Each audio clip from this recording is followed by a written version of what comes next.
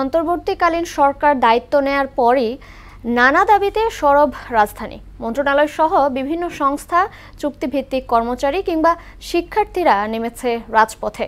এর প্রভাব পড়েছে জনজীবনে, গতি হারিয়েছে বিভিন্ন দপ্তর। তার উপর রয়েছে দেশি বিদেশি ষড়যন্ত্র। এমন অবস্থায় কঠিন চ্যালেঞ্জের মুখোমুখি সরকার। এতে উদ্বেগ জানিয়ে বৈষম্য বিরোধী ছাত্র আন্দোলনের সমন্বয়করা বলছেন, দাবি দেওয়া নিয়ে তাড়াহুড়ো না করে সরকারকে স্থির হওয়ার সময় দিতে হবে। মনিরুল ইসলামের বিশেষ রিপোর্ট। ৭১-এর পর একটি ২৪। এ বিজয় যেন নতুন দেশ গড়ার এক মহাবাখান। ছাত্র জনতার আন্দোলনের ফলাফল স্বৈরতন্ত্রের পতন, দীর্ঘ ১৫ বছরের একনায়কতন্ত্রের অবসান।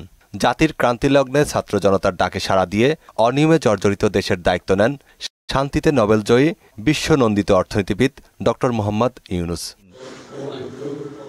অন্তর্বর্তীকালীন সরকারের দায়িত্ব নিয়েছে এক পক্ষকালও হয়নি, অথচ এর মাঝে দাবি দেওয়ার ঝুলি নিয়ে রাজপথে নেমেছেন সরকারি প্রতিষ্ঠানের বিভিন্ন স্তরের কর্মজীবীরা। গত এক সপ্তাহে ঢাকায় অন্তত ২০টি বিক্ষোভ কর্মসূচি পালিত হয়েছে। ধারণা করা হচ্ছে ২-১ সপ্তাহে আসতে পারে আরও নতুন দাবি, মাঠে নামতে পারেন অনেকেই। আন্দোলনকারীদের দাবি দীর্ঘদিন ধরেই বৈষম্যের বোঝা আরব্য উপন্যাসের দৈত্যের মতো ঘাড়ে চেপে বসেছে। এ থেকে মুক্তি পাওয়া জরুরি। যারা টাকা দিতে পেরেছে, তারা প্রশ্ন বিক্রি করতে পেরেছে, তারা সামনে সারিতে চলে আসছে। আমরা বেকার যুবক যারা আছে, আমাদের চাকরিও দরকার। আমরা ৪০ বছর পর্যন্ত বেতন পাই না। স্বাধীন সার্বভৌমত্ব বৈষম্যহীন বাংলাদেশ গড়তে চাই আমরা। তবে নতুন সরকারকে বেকায়দায় ফেলে নয়, প্রত্যাশা পূরণে এখন কেবল দৃষ্টি আকর্ষণ করা হচ্ছে বলে জানান আন্দোলনকারীরা। এটা একটু সরকারের জন্য চাপ, তার মধ্যে এখানে যেগুলো একটু ইমার্জেন্সি সেগুলো আগে দ্রুত মেটানো দরকার। নতুন সরকার আসছে এবং অল্প কয়েকদিনের মধ্যে মানুষের তো আসলে তার কাছে অনেক এক্সপেকটেশন, তারাও বিপদে পড়ছে। অন্তর্বর্তীকালীন উপদেষ্টাগণের দৃষ্টি আকর্ষণ করছি যেন আমাদের সাথে যেন এই বৈষম্যটা না করা হয়। বৈষম্য বিরোধী ছাত্র আন্দোলনের সমন্বয়ক নিশিতা জামান নিহা বলেন, বৈষম্য দূর করতে নতুন সরকারকে সময় দেওয়া উচিত।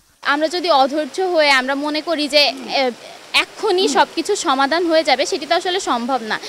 সরকার আগাচ্ছে সেই পথে, যেন আমরাও তাদেরকে সহযোগিতা করি। এসব আন্দোলন সরকারের জন্য চ্যালেঞ্জ হলেও এর মধ্যে কোনো ষড়যন্ত্র দেখছেন না এই সমন্বয়ক। একটা ফ্যাসিস্ট রেজিম যখন চলছিল, মানুষের ওই স্বাধীনতাটা কিন্তু ছিল না। এখন মানুষ দীর্ঘদিন পর মুক্তির স্বাদ পেয়েছে, তারা বাংলাদেশে তাদের অধিকারের কথা জানাতে পারছে।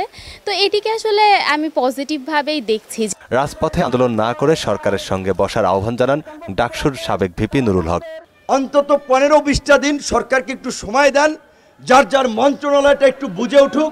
একটা নির্দিষ্ট সময় যদি আমরা না দেই, তারা কিন্তু পারবে না। আমার চেষ্টা থাকবে আপনাদেরকে স্বাস্থ্য উপদেষ্টা মহোদয়ের সাথে আপনাদের একটা প্রতিনিধিকে সাক্ষাৎ করিয়ে দেওয়া। সরকারকে বাধা নয়, বরং সহায়তা করলে বৈষম্যহীন বাংলাদেশ বিনির্মাণ সহজ হবে বলেও মনে করেন তিনি। আপনারাও সরকারকে সহযোগিতা করবেন, সরকারও আপনাদেরকে সহযোগিতা করবে। মনিরুল ইসলাম, মোহনার সংবাদ, ঢাকা।